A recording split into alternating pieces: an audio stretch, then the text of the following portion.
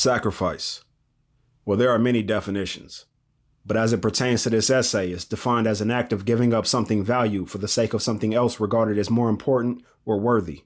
That being understood, I ask you individually, what are you willing to sacrifice to get what you want out of life? See, I hear a lot of talking points, a lot of complaints, a lot of government this and that, a lot of America this and that. And what I realize is that it's always coming from people who don't have a damn thing going for themselves. To build is to sacrifice. To build a healthy, long-lasting relationship, you got to sacrifice some of those nights out with your friends. You got to sacrifice some of those friendships and acquaintances.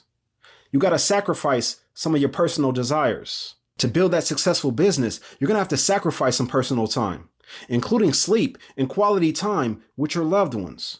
You're going to have to sacrifice some resources. To build your body successfully, you're going to have to sacrifice some of the foods and beverages you love. You're going to have to sacrifice your comfort. It's often said that today, people want instant gratification.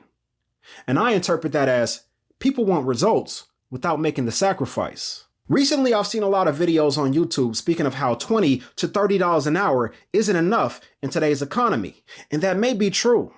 But in the last two videos, I've seen men in their 30s speak of how they don't have the skill sets to command a higher wage. And it's like, why? If you don't see securing your future as a good enough reason to sacrifice your time, energy, effort, and possibly money today, then why even bother making a video speaking of what wage isn't enough? You should be thankful that someone's willing to pay a wage to an unskilled worker. You think employers are out here just handing out six-figure salaries to everyone? Nah, them people sacrifice 2, 3, 4, possibly more years to get where they wanted to be in life. Can you do that? Can you sacrifice the next 4 years to put yourself where you want to be in 5? If the answer is no, then you need to be happy with that $20 to $30 an hour. You need to make that work for you. What Smokey Mama say? Make it enough. But then that would take sacrifice also. Can you do van life to make that work? Can you put up with a roommate? Can you leave behind friends or family to work in a different city or possibly a different country that's more affordable? Can you trade in that car for a bus pass? Can you eat tuna or PB&J for lunch instead of Chipotle? Nah, hard, huh? I'm not a rich man by any stretch of the imagination.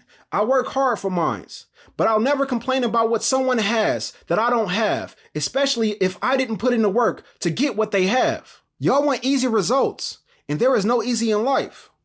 I read a post a long time ago where someone wrote, if becoming rich is hard and being broke is hard, then choose your hard.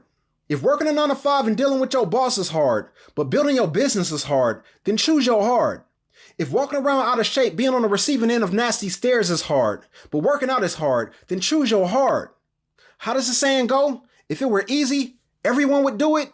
Wherever you see a story of success, you'll see a story of sacrifice. Yeah, they'll tell you how they was hungry as hell, but went to sleep starving because they already reached their calorie limit. They'll tell you how they walked around sore for months to get those gains. They'll tell you how they weren't just the owner. They were the host, the server, the cook, the busser, the dishwasher, the janitor, the accountant, the customer service rep, the web designer, the sign holder when they first opened their business. They'll tell you how they went to work, got off, drove Lyft, did hair, did taxes, then did DoorDash to get more funds to invest in themselves. Somebody is going without right now because where they want to be in 3 years is more important than what they want today. And if you're not willing to do that, that's fine. But shh, be quiet. They only get 2 hours of sleep before they got to get up and get back to it.